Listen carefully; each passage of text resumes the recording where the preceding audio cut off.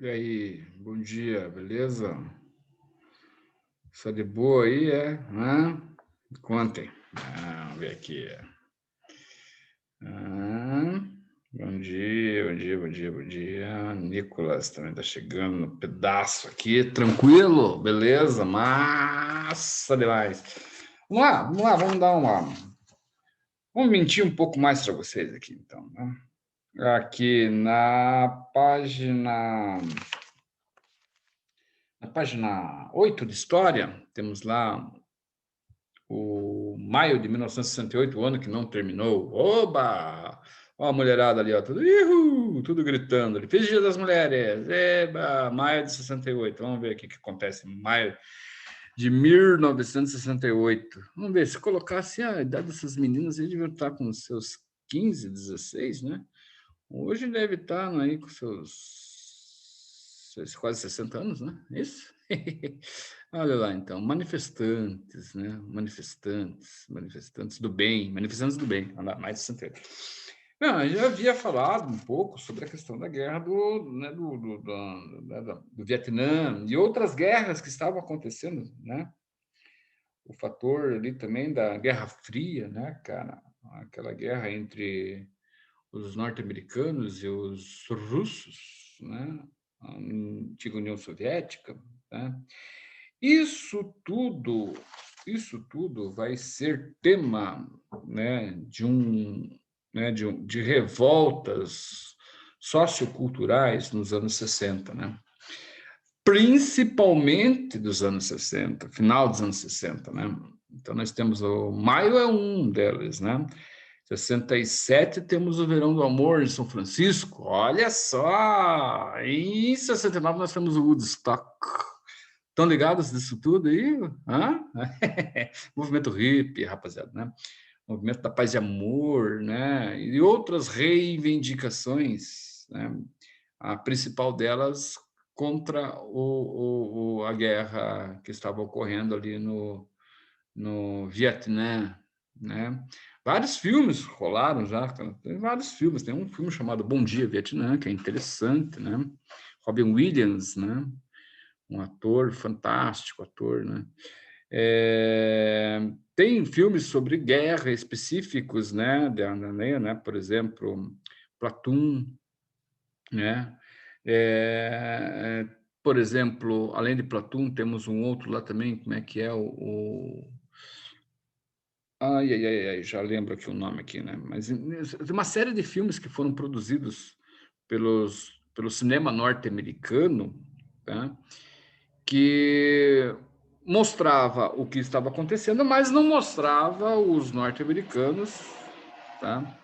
Como realmente, né, agiam nessas. Alguns eram polêmicos, alguns filmes eram polêmicos porque não dava mais para segurar a mídia, né, que estava a todo instante, né, propagando o que estava acontecendo, né, a situação, né, a violência que se acontecia, né, na guerra no Vietnã, né, crianças, mulheres, pessoas mais velhas sendo assassinadas a sangue frio, né, pela loucura da guerra. Principalmente as mulheres sofreram muito, muito, muito, muito, galera, né? Estupros a todo instante, né? Os soldados, imagina um soldado jovem, né? Com 18 a 20 anos, no máximo 20, né? Alguns nunca tinham conhecido uma mulher, né? Na parte mais da sexualidade, né? E de repente estão lá, né, cara, naquela loucura toda, encontram, né? Entram, chegam, invadem uma vila lá, Vietcong lá e tal, e vietnamita, desculpe, né? E de repente tem lá, qual que vai ser o cara vai agir como um animal, né? Instintivamente, né, cara? Isso é um show de guerra, né, cara? A guerra quem sofre são não dá para se dizer se é os soldados, né, que passam por aquela pressão ou é a população civil, né, cara? Eu acho que ambos, né, cara? Um inferno, né? Inferno na Terra. Então, essas manifestações, por exemplo, maio de 68 é o ano que não terminou ou que muitos não gostariam que terminasse, né? Eu, por exemplo, eu não sou dessa época do Maio de 68, né?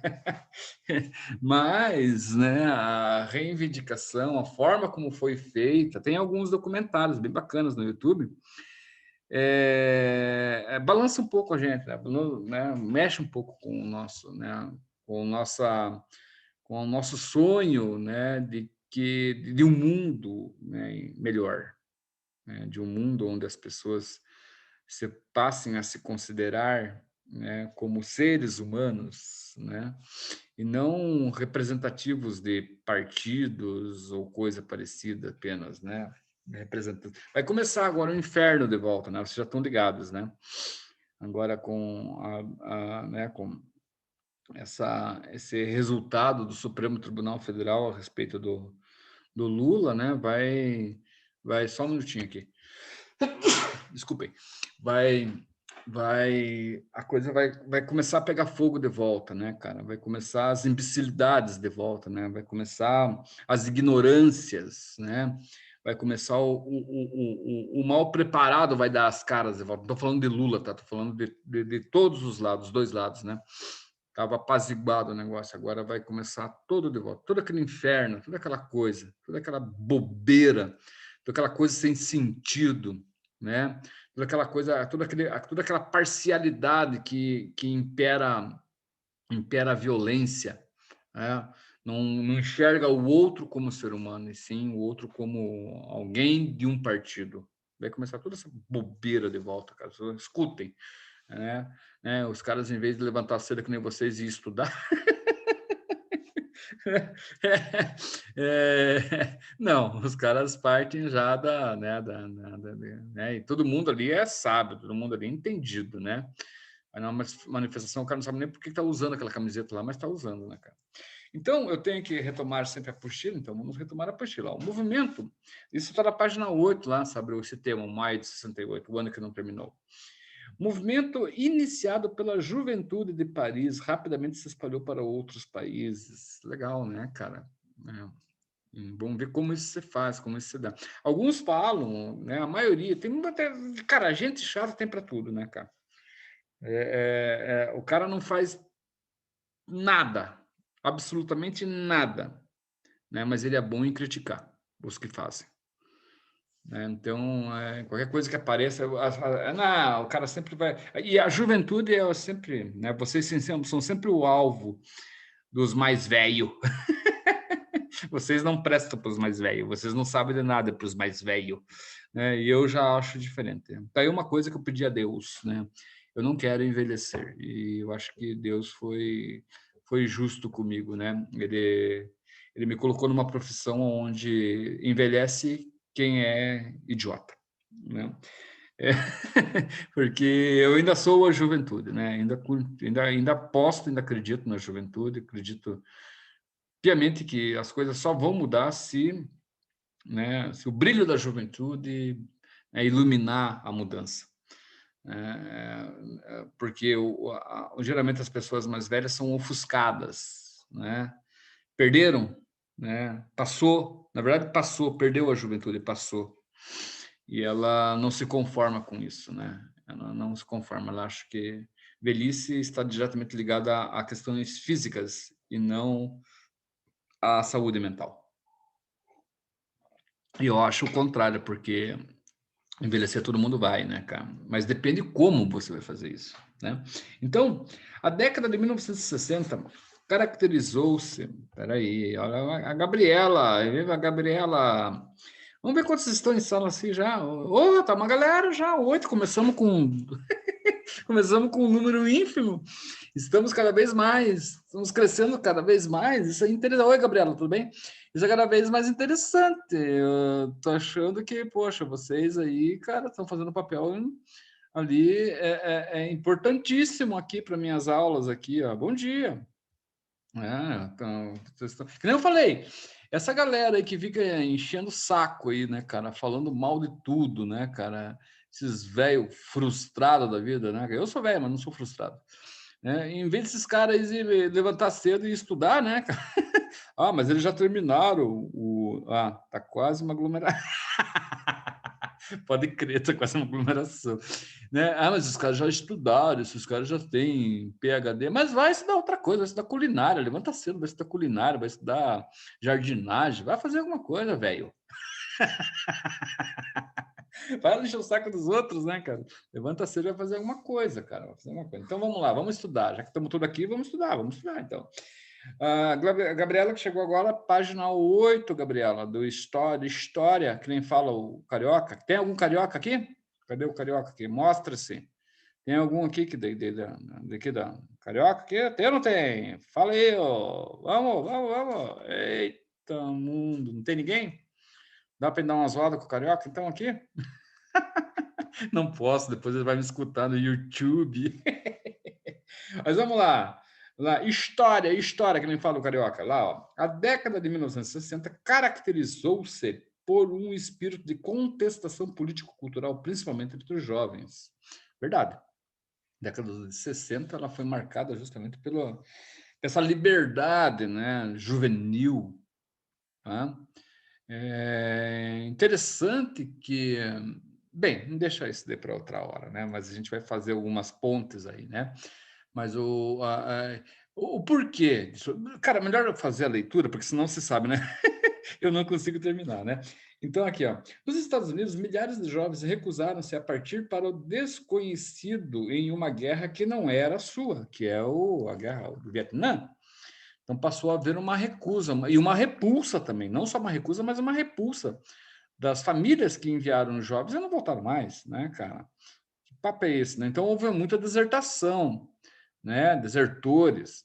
Mas eu vou falar um pouco mais sobre a década de 60, assim, que é minha praia, eu curto muito, assim, eu acho muito, não que eu sou hippie, mas eu acho muito legal, assim, né? Então, essa foi a fonte de inspiração para o movimento hippie, e seu tema, faça amor, não faça guerra.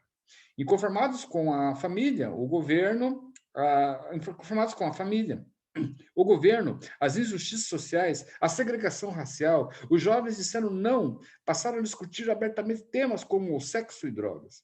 Possivelmente nenhuma forma de manifestação artística identificou-se mais do que com o jovem, mais com o jovem do que o rock and roll. Como forma de expressar toda a rebeldia e contestação da sociedade conservadora, opressora ibérica que o cercava. Foi nos últimos suspiros românticos do século XX, inspirado pouco tempo depois, vários movimentos de defesa de direitos humanos, responsabilidade com o meio ambiente, combate ao racismo, entre outros, que surgiram nessa época. Cara, é tanta coisa para se falar que eu vou me perder, eu não sei como começar. Vamos começar, então, eu vou começar pelos anos 60, né? Com o movimento beatnik. Já ouviram falar do movimento beatnik? Coloque sim ou não lá, faz favor. Coloquem sim ou não, que daí eu vou colocar aqui embaixo aqui ver se eu consigo aqui mexer aqui com maio de 1960. Dá. Sim ou não? Sim, vamos lá aqui. Tá aqui. Não, vocês não ouviram falar então. O movimento beatnik é um movimento, né, underground, né, de escritores que passaram a escrever a respeito dessas contestações sociais, né? Passaram também a fazer uma certa apologia às drogas, né? Principalmente às drogas lisérgicas, né? Mas num contexto diferente do qual é hoje. Mas eu não vou defender de forma alguma, né?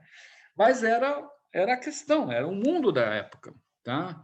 Por que eram tão revoltados? Bom, simplesmente porque aconteceu uma guerra muito próxima. Esses jovens que vocês estão vendo aqui, essas meninas que nasceram em uma época, né, onde os países, França, Inglaterra, Alemanha, estava aos escombros, restos da Segunda Grande Guerra Mundial, 1945, pensa 45, 55, 10 anos, 65, 20, então 20, um pouco mais de 20 anos aqui.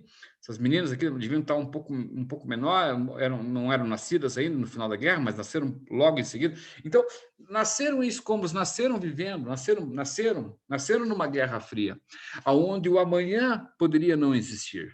Então, já que é assim, vamos tocar o horror, meu. Vocês estão me entendendo? O mundo não era um lugar seguro para eles.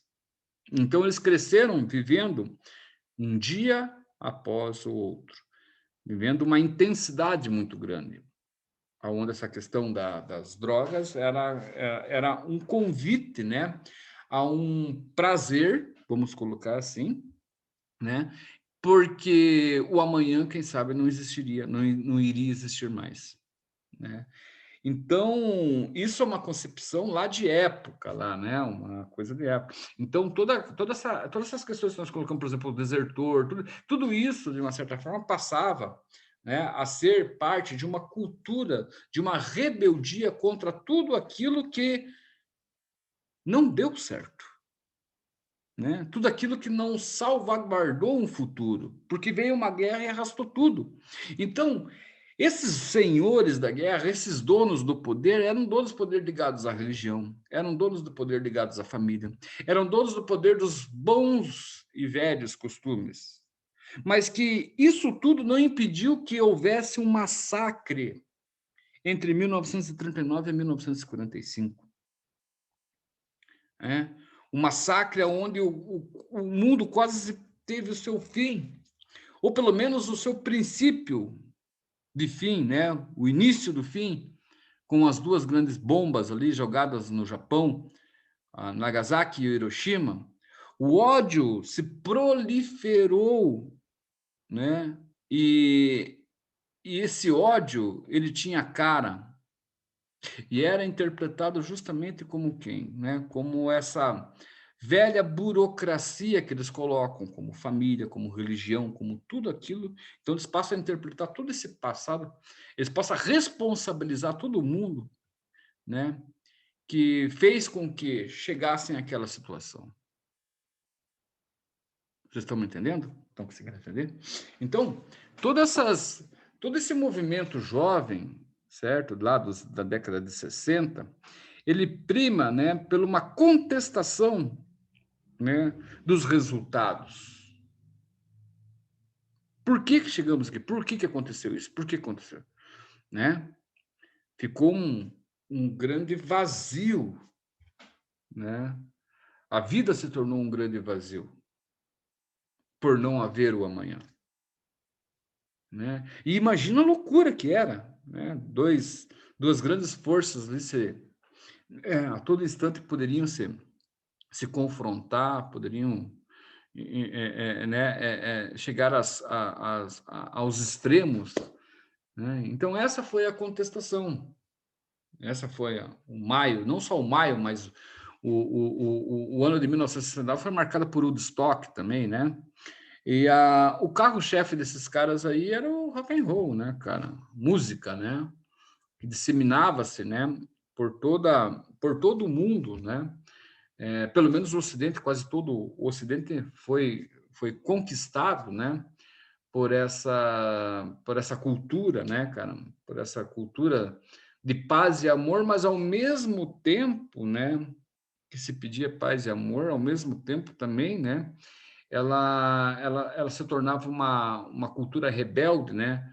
Com os meios, né? Com o conservadorismo. A questão deu certo? É uma pergunta, né, que se faz. Deu certo? O rock and roll tá aí até hoje, né? Fantástico. Eu curto pra caramba, por exemplo, né? É uma das coisas que eu mais curto. Mas deu certo essas reivindicações? Eis a questão. Será que deu certo? Né? E uma outra pergunta que eu faço: estavam mesmo, eram culpados mesmo todas as instituições que foram culpadas tinham a sua culpa, como religião, como família, né? Mereciam ser culpadas, né? São três questões, são três indagações que a gente faz aqui, né? Se esses caras estavam certos e se as instituições que levaram a culpa eram realmente ou tinham realmente culpa, né? Em toda aquela loucura que foi o início do século XX. Primeira Grande Guerra, 1914 a 1918, Segunda Grande Guerra, 1939 a 1945. Será que nós devemos ou podemos associar Deus como negligente? Deus como nesse momento, né? Ou Deus como negligente da história dos homens, né? Então, nós temos que fazer algumas perguntas e tentar responder a partir do momento que nós vamos se aprofundando um pouco mais nesses nossos assuntos aqui, nessa nossa interpretação de história, tá? Será que realmente as coisas que estavam acontecendo lá, né, tinham um sentido de um mundo melhor, né? Será que esse foi um intuito, né, das reivindicações dos jovens naquela época, né? Sendo que, né, nós tínhamos em contrapartida, vamos colocar assim, um futuro que talvez não acontecesse, né? Nós tínhamos o inesperado e não o certo. Então, são várias questões que nós podemos fazer, várias perguntas que nós podemos fazer a respeito desses momentos do mundo, né? Momentos de fragilidade, né? Assim como nós estamos passando hoje. O mundo, ele passa por poucos momentos de sobriedade. E a sobriedade, né, a sobriedade que eu digo, né, é quando você enxerga o outro como outro, o ser humano como ser humano. Estão me entendendo? Não o ser humano como uma possibilidade de ser aquilo que você queira, né? Vocês estão me entendendo? O ser humano como ser humano, o homem como homem, né? O homem, né, generalizando o homem e mulher, né? A pessoa como nós, né? Nós devemos entender nós mesmos, né? É que olhar para o outro como um espelho, como reflexo de si mesmo, certo? Foram poucos os momentos que na história isso aconteceu, né? Foram poucas culturas também, foram poucos povos também que observaram isso com naturalidade, né? O que nós temos geralmente